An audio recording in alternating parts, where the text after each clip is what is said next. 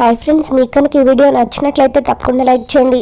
అపూర్వ Shobhachandra photo దగ్గర నిలబడి, ఆ రోజు నువ్వు చచ్చిపోయి నీ బిడ్డను బయటకు విసిరేసి దాన్ని కాపాడుకున్నావన్నమాట.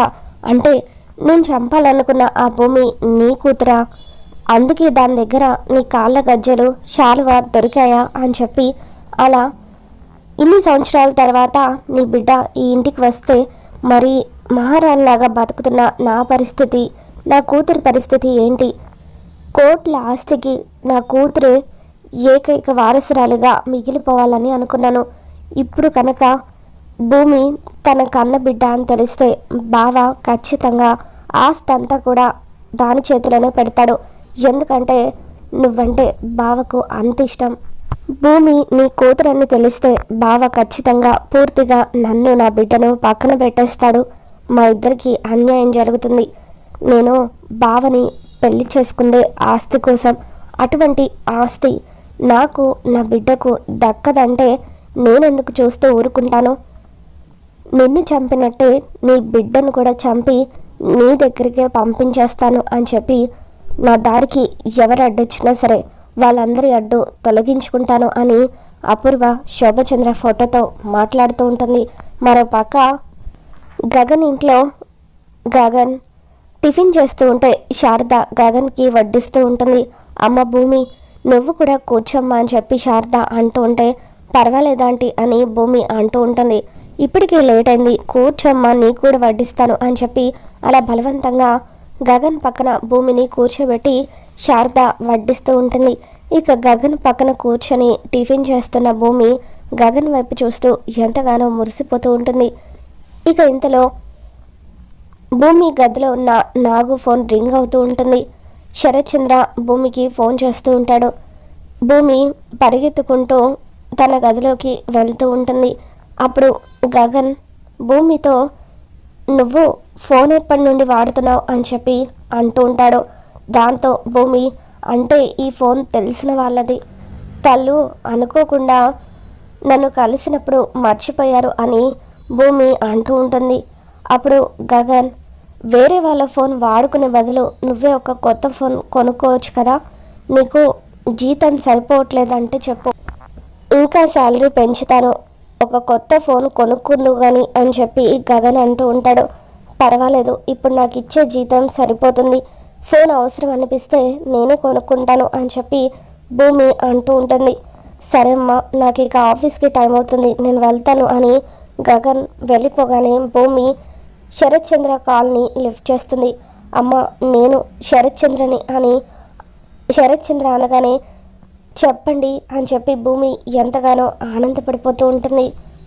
ఈరోజు నువ్వు మా ఇంటికి రావాలి అని శరత్చంద్ర అనగానే, ఓకే అంకుల్, తప్పకుండా వస్తాను అని భూమి అంటూ ఉంటుంది. ఎందుకో ఏంటో అడగకుండానే వస్తానని చెప్పవేంటమ్మా అని చెప్పి శరత్చంద్ర అంటూ ఉంటాడు. మీరు అంతలో పిలుస్తున్నారంటే ఖచ్చితంగా ఏదో ముఖ్యమైన పని ఉండే ఉంటుంది.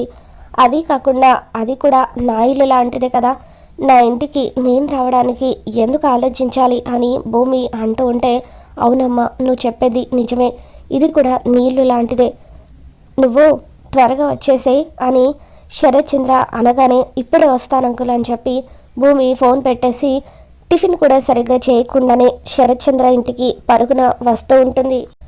శరత్చంద్ర ఇంట్లో అందరూ కూడా డెకరేషన్ చేస్తూ ఉంటారు.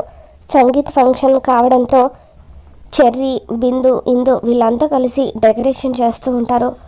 భూమి అప్పుడే ఇంట్లోకి వస్తూ ఉంటుంది. అపూర్వ మీరాతో, మీరా, నీకు క్యాటరింగ్ వాళ్ళతో ఒకసారి మాట్లాడమని చెప్పాను కదా, మాట్లాడవా అని చెప్పి అలా పనులు చూసుకుంటూ ఉంటుంది. భూమి ఇంట్లోకి రావడం చూసిన అపూర్వ, ఇదేంటి డైరెక్ట్గా ఇంట్లోకి వస్తుంది, కొంప తీసి నేనే మీ బిడ్డనని బావకు నిజం చెప్పేయడానికి వచ్చిందా అని చెప్పి ఎట్టి పరిస్థితుల్లోనూ బావని దీన్ని కలవనివ్వకూడదు అని చెప్పి భూమిని గుమ్మం దగ్గర ఆపేస్తూ, ఏంటే డైరెక్ట్గా ఇంట్లోకి వచ్చేస్తున్నావు, అసలు నిన్నెవడు పిలిచాడు అని చెప్పి అపూర్వ అంటూ ఉంటుంది. అప్పుడు అక్కడికి వచ్చిన శరత్చంద్ర, నేనే రమ్మన్నాను అపూర్వ, నేను పిలిస్తేనే వచ్చింది అని శరత్చంద్ర అనగానే, నువ్వు పిలిచావా బావా, అదే ఏం పని మీద వచ్చిందా అని అడుగుతున్నాను అంతే అని చెప్పి అపూర్వ భూమిని చూసి నవ్వుతున్నట్టుగా నటిస్తూ ఉంటుంది. భూమి చాలా బాగా డ్యాన్స్ చేస్తుంది కదా, సంగీత్ ఫంక్షన్ కోసం మనందరికీ డ్యాన్స్ నేర్పించడానికి పిలిపించాను అని శరత్ చంద్ర అనగానే, అలాగా బావా అని చెప్పి అపూర్వ శరత్ చంద్రతో అంటూ ఉంటుంది. అవునా ఆంటీ, మీ అందరికీ డ్యాన్స్ నేర్పించడం కోసమే వచ్చాను. ముఖ్యంగా మీకు స్పెషల్గా కొత్త కొత్త స్టెప్స్ని డిజైన్ చేస్తాను. మిమ్మల్ని ఒక ఆట ఆడేసుకుంటాను కదా అని చెప్పి భూమి అపూర్వ వైపు చూసి కోపంగా అంటూ ఉంటే, అప్పుడు అపూర్వ అంతకు ముందు రోజు రాత్రి భూమి తన 2 చెంపలు వాయిస్తూ తనని ఆడుకున్న విషయాన్ని గుర్తు చేసుకొని భయపడిపోతూ ఉంటుంది.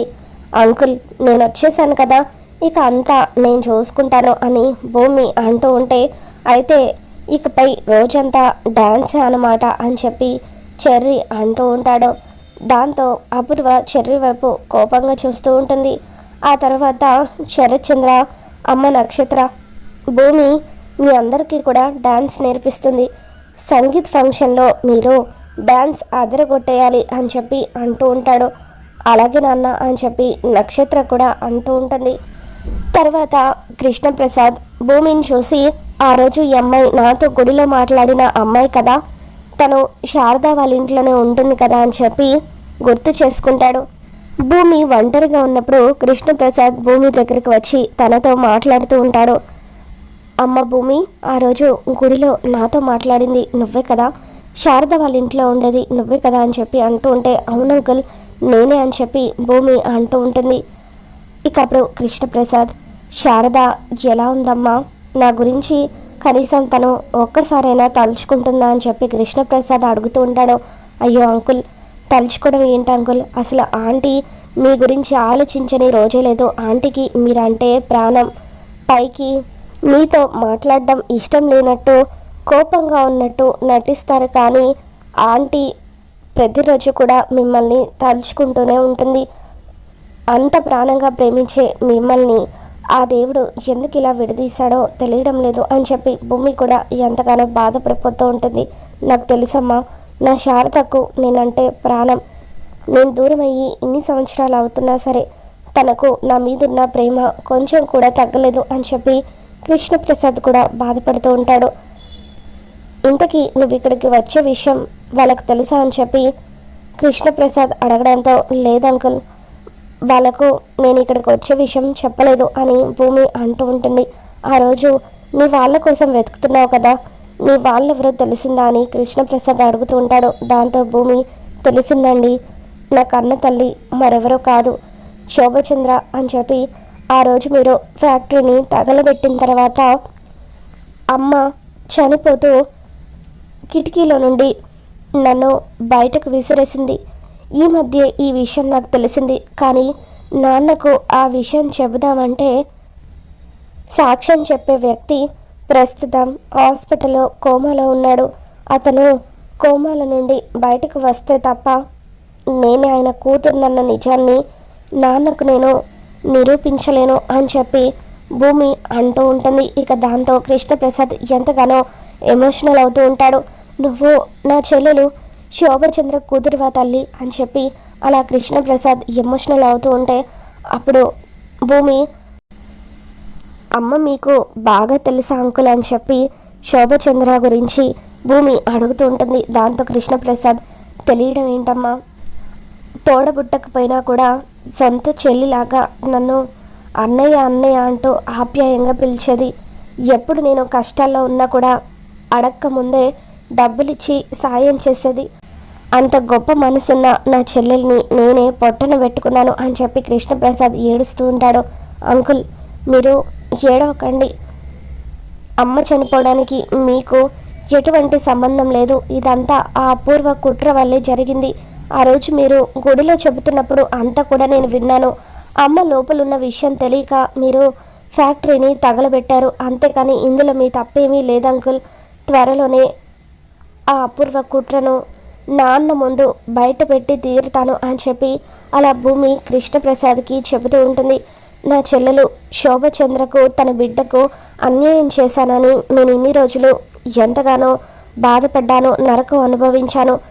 నా చెల్లెలు బిడ్డ బతికి ఉందని తెలిసిన తర్వాత నీకు ఏ సహాయం కావాలన్నా నేను చేస్తాను తల్లి. ఇకపై నీకు ఈ మావయ్య ఉన్నాడు. ఆ అపూర్వను ఎదిరించైనా సరే నీకు నేను అండగా నిలబడతాను అని చెప్పి కృష్ణప్రసాద్ భూమికి చెబుతూ ఉంటే ఇక భూమి ఎంతగానో ఎమోషనల్ అవుతూ ఉంటుంది.